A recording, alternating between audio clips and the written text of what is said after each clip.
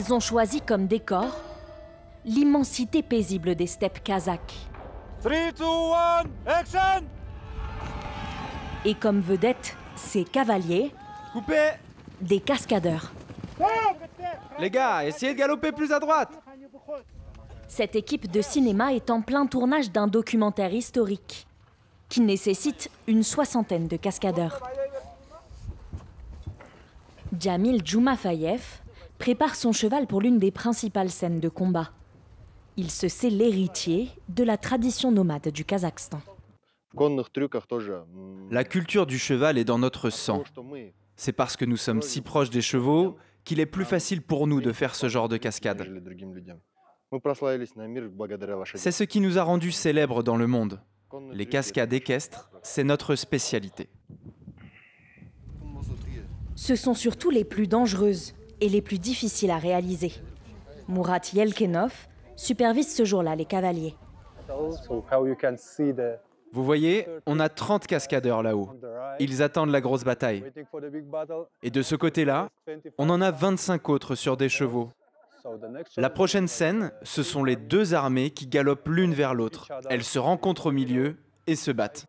Il va y avoir de grosses cascades, des gens qui tombent de cheval, du combat. Ça va être super intéressant. Pour éviter toute blessure, chaque scène doit être minutieusement chorégraphiée. Tu fais quoi, toi? Tu donnes des coups d'épée? Mets-toi ici. Silence, plateau. Action!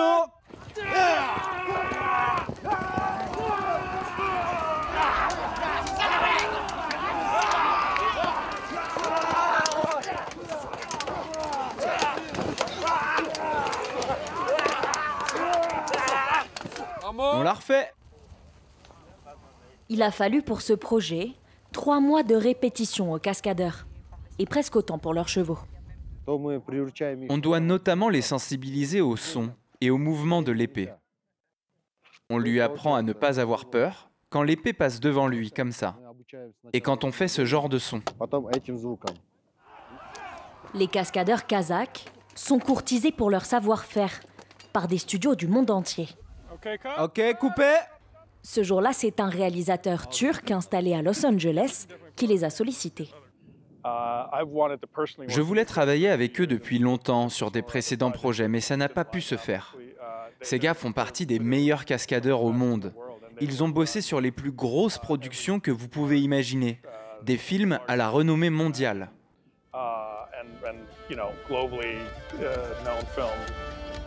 Ces cascadeurs kazakhs ont déjà participé à des films pour Netflix ou à de gros projets comme Mulan ou Napoléon.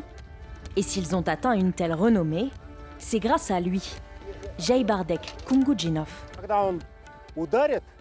Quand il te frappe, tu le bloques.